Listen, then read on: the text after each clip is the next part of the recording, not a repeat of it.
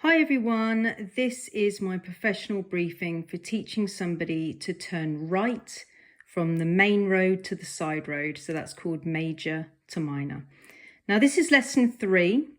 So if you've been following through with the lessons, you would have learned how to move off and stop safely. You would have learnt to turn left, major to minor. And now this is lesson 3, major to minor. So we're still, if you've watched lesson 2, we're still using MSPSL, mirror, signal, position, speed, look. But the elements for this are a tiny bit different because we're turning right now, all right?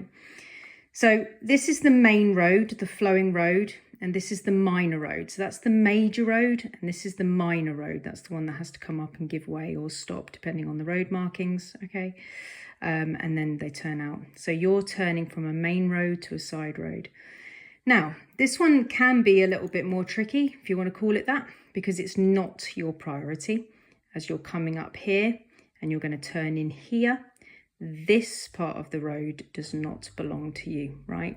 So people are going to be driving down this road and you need to give way to those people first before you turn in, all right? So it's not your priority. So there's a few things to talk about.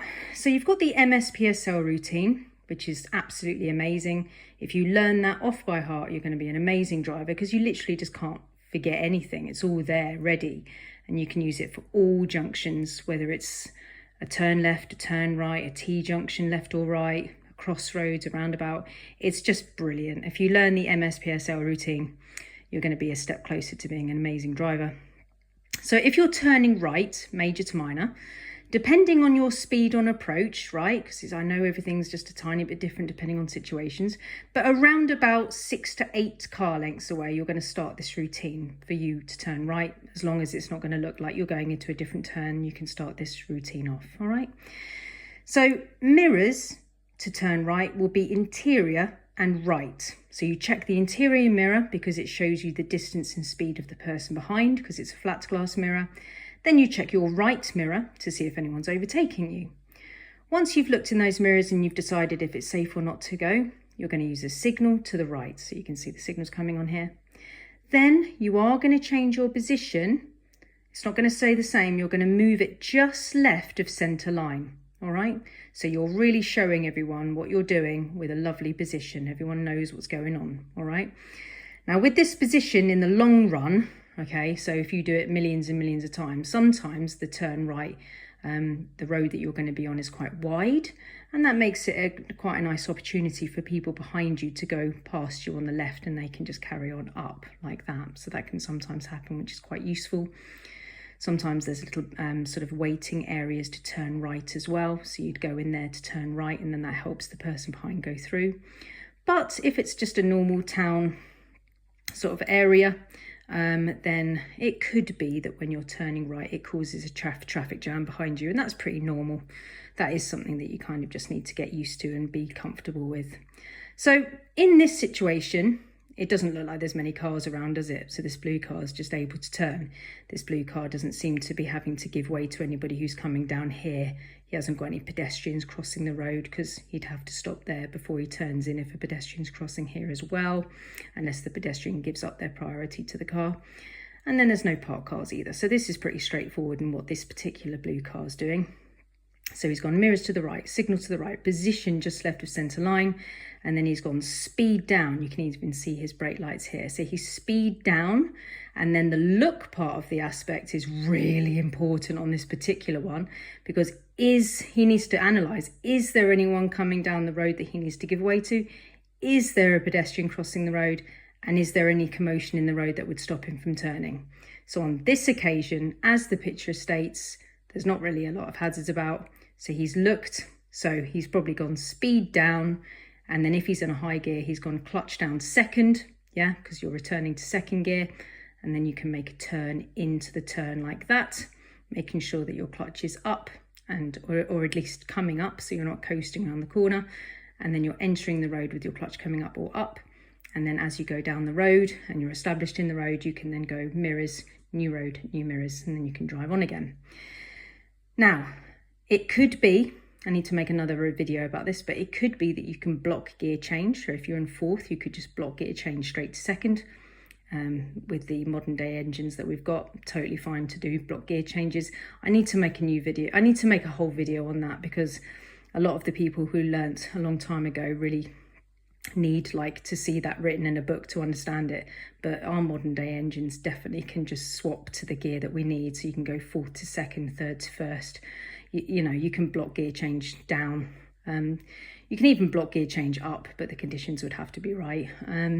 Like normally a hill involved, and you can go like, you know, start in second, or you can do second to fourth if you're going downhill. But yeah, I'll make another video about that. But so as you're coming up, if there's no one around, it's likely that you're just going to go around in second gear with a block gear change if necessary, or just 3 to 2 and just go down around the corner like that. But if there is people coming, you're going to have to give way to oncoming people like this. Okay, so you may then have to stop, right? Because there's someone oncoming.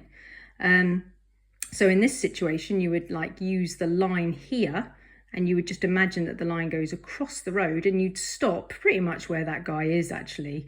That's a good stopping point, because this person's here, which would mean that the people in the T-junction can't get out to turn right, and that's correct. The people in the T-junction shouldn't get priority over the main road. So you can just quite happily just be in front of that person.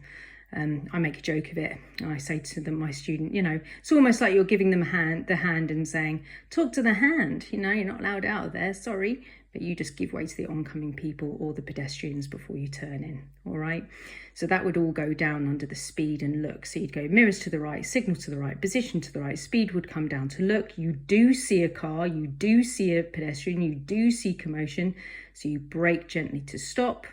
You put it into first gear from here with a block gear change if you need to, and just wait patiently. And then if you just imagine yourself as a pedestrian, so if you just imagine being stood here and you want to cross the road, that's called the walking rule. So if you think you would walk in front of the car that's coming towards you, then you can drive it, you know, so it's called the walking rule.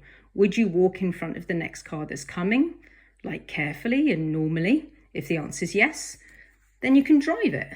All right, so you just go, yeah, I'd walk in front of the car that's coming. I'm going to walk around the corner, as I like to say to my students.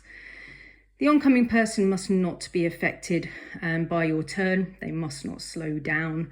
That would be an incorrect time of going. So you do need to make sure that you're passing traffic without making them slow down in any way.